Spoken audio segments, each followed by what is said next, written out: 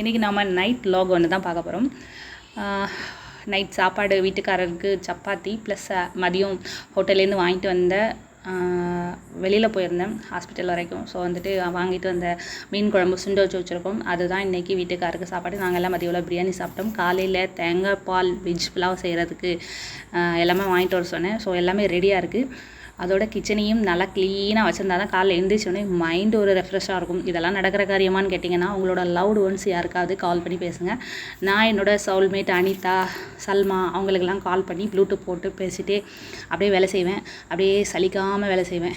இந்த ஸ்பாஞ்சு பார்த்திங்கன்னா எங்கள் பக்கத்தில் உள்ள சூப்பர் மார்க்கெட்டில் வாங்கினேன். இதை விட கிச்சனுக்கு ஒரு யூஸ்ஃபுல் ப்ராடக்ட் இருக்குமான்னு கேட்டால் நிச்சயமாக நான் கிடையாதுன்னு தான் சொல்லுவேன். அந்த அளவுக்கு நம்ம வேலையை அவ்வளோ ஸ்மூத்தாக்குது. எங்கே தண்ணி இருந்தாலும் ஒரு பால் கொட்டினாலும் டீ கொட்டினாலும் சரி, தண்ணி கொட்டினாலும் சரி, ஒரு சிங்கிள் ப்ரெஸ்ஸில் அத்தனை தண்ணியும் உறிஞ்சி எடுத்துடுது. அடுப்படி எப்போவுமே ட்ரையாக இருந்தாலே மனசுக்கு கொஞ்சம் நிம்மதியாக இருக்கிற மாதிரி இருக்கும்.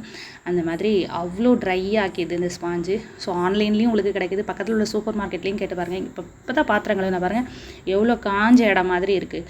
தண்ணி எல்லாம் அப்படியே உறிஞ்சிக்கும். நைட்டெல்லாம் அப்படியே சமயக்கட்டெல்லாம் க்ளீன் பண்ணிவிடுங்க உங்களோட லவ்டு ஒன்ஸோடு பேசிவிட்டு. என்னோடய வழக்கம் இது தான், நீங்களும் என்னலும் இதை ஃபாலோ பண்ணிக்கோங்க.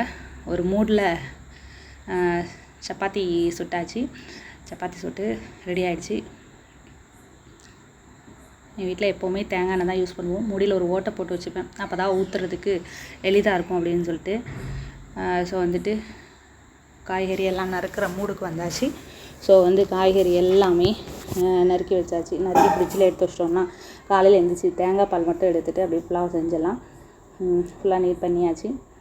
வீட்டுக்காரருக்கு கடுங்காப்பி, கருப்பட்டி கடுங்காப்பி, பசங்களுக்கு பால். அதோட இன்னையோட லாக் முடியுது. இன்ஷா அல்லாஹ் இன்னொரு அடுத்த வீடியோவில் அடுத்த லாகில் நம்ம சந்திப்போம். Good night. தேங்க்ஸ் ஃபார் வாட்சிங்.